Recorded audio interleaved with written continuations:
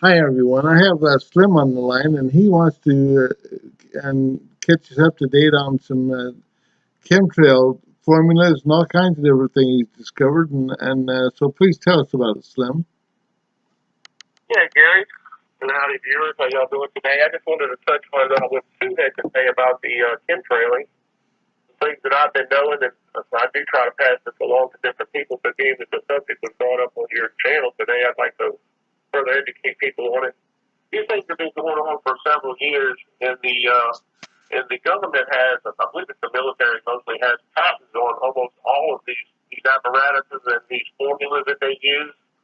Um, and there's proof of that on a website with several of the patent numbers that you can pull up and investigate for yourself. But I'll go through a few of them here for you guys if y'all want to do some research on it yourselves.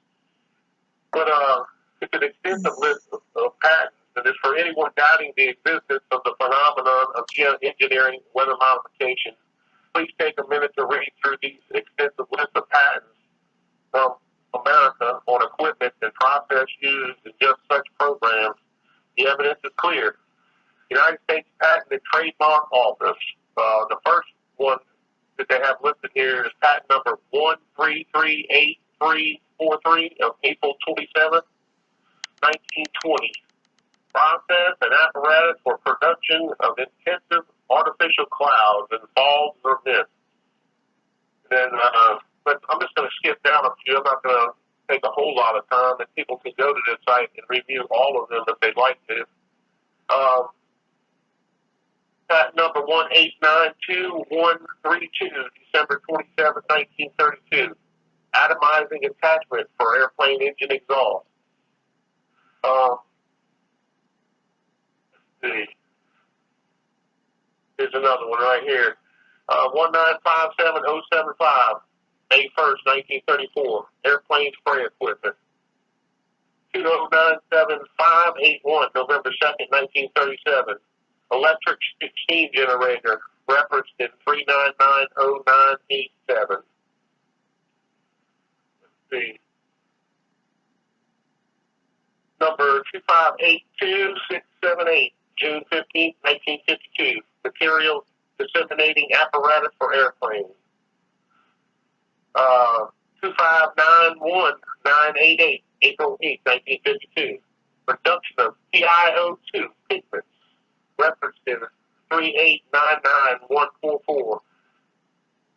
And I was in the TiO2 business for a short time while I worked as a mechanic there. And what that is TiO2 is titanium dioxide, so it's a heavy metal also. It's mined out of the earth. They use it in paint pigments and whatnot. Almost anything that you have that is white it's used in. Okay, 2721495, October 25th, 1955. Method and apparatus for detecting minute crystal forming particles suspended in gaseous atmosphere. 2986360, May 30th, 1962. Aerial insecticide dusting devices. 2963975, December 13th, 1960. Cloud seeding carbon dioxide bullets. I'm just moving down the list. There's several more in between. 3677840, July 18, 1972. Pyrotechnics comprising oxide of silver for weather modification use. 3795626, March 5th, 1974, weather modification process. 3835293, September 10, 1974, electrical heating apparatus for generating superheated vapors. All of this stuff that they have to spray the skies with different chemicals and whatnot, they put patents on this stuff. Here's one of the latest ones. 6553849, April 29, 2003. Electrodynamic particle size analyzer. if you go to this website, there's different things on each side that you can click on, like documentation from the government for modification of the weather. It shows everything here. I just wanted to pass that on to you guys that there is proof out there that these things, that the government is involved with this. So, Gary, you have anything to say? Well, do you have any of them that indicate that they're for depopulation or crowd control or anything like that? I don't think the patents are going to be, the patents probably won't involve that, but I'm sure that you can find documentation in here. Let's see one of them here. I want to pull up a document just with this. It says right here, one of the documents is the document contained below is very damning and revealing. I located it in the NASA archives in late October 2012. It should be a stark wake-up call for any that still deny the existence of massive covert weather modification programs, which are coordinated by various governments around the world. This file report outlines in great detail the existence of expanding U.S. weather modification programs as far back as 1956, a full decade earlier than the date of the document in question. Extensive commission is outlined in the document to coordinate the multiple governmental agencies involved with U.S. weather modification programs, as well as independent contractors and universities, which the report also mentions. It covers the management of internal impacts, legal and social ramifications, species disruptions, biological consequences, etc. A rapid increasing mountain of data makes ever more clear that none of us alive today have known completely natural weather. That massive covert government programs have been playing God with the biosphere for well over 60 years, perhaps even longer. In recent years, the scope and scale of these devastating weather modification programs have been ramped up so much that the entire climate system and biosphere is now hanging in the balance. The lethal nature of the ongoing geoengineering programs cannot be overstated. Life on the planet is in free fall for many reasons, but mathematically speaking, climate engineering is the greatest assault on all against life on Earth. Documents like the one linked below need to be shown to those that continue to deny the ongoing climate engineering reality. With each passing day, radical fluctuations in weather continue to accelerate as a direct result of the ongoing geoengineering insanity. Geoengineering must be brought into the light of the day and to a halt. Those responsible for the climate engineering program should be seen criminals that have participated in ecocide and genocide. The corporate media and the meteorologists that serve them must also be exposed for their part in hiding the aerosol spraying assault from public view.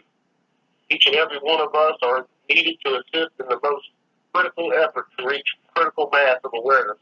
Let's make everything count in this battle. And it shows the document with a link. Let's see, I'll pull the link up. You should have come in probably a PDF. It is. This is, let's see how many pages this one is. And who? It's like several pages. I'm talking about maybe 30 pages long. Right. Well, that sounds like a very important one. I'd like to get a link to that one and the title if I could. Sure. I'll tell you what I'll do. I'll send this. I'll tell you what I'll do. You put the video out and I'll link it under Slim Frank. Okay. I'll put the link. Great. Well, that's an important one. I know I can see that right now. I'll tell you what, Gary. Let me go ahead and send that to you in the email right now. Okay. And we'll just go ahead and link it to this video right here. Okay. Give me 1 minute. Okay. And anything else you want to speak about, we can do that too. Should I put you on pause a minute? Sure. If they go to Anna Von Rice's website, she mentions a lot of things, and I'm going to send you another website that people can read. It probably take them 3 hours to read it, but it's pretty much everything in a nutshell in more simple terms than hers. I'll post that to your. I'll send it to you. The name of it is the Rothschild coup. I might have sent that to you once before. I'm not sure, but I would stress people read that because what is behind it, it's been researched and it's true.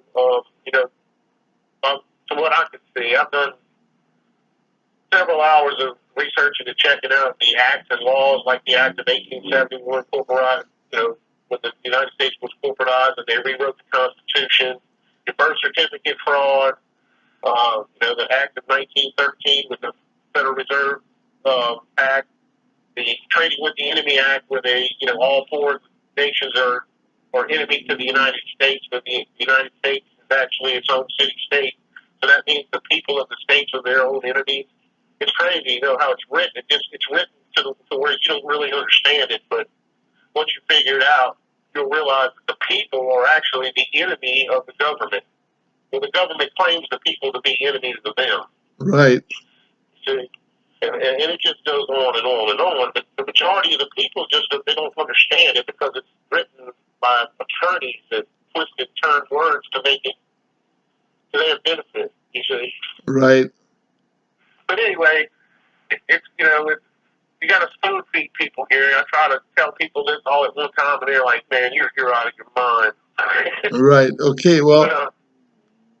But you spoon feed them a little bit at a time, and they wake up a little bit, then they start catching on, and they'll go with it, Right. But anyway, sure. If I come across or run across anything else, I'll send it to you, my friend. Okay, great. Thank you so much. Now, I went ahead and added some of these comments you just made here to the video. So, anyway, I want everyone to pay close attention to this, and I want to thank you very much, Slim, for telling us about this. Yes, sir. Keep on the armor of God. God bless. Okay, thank you.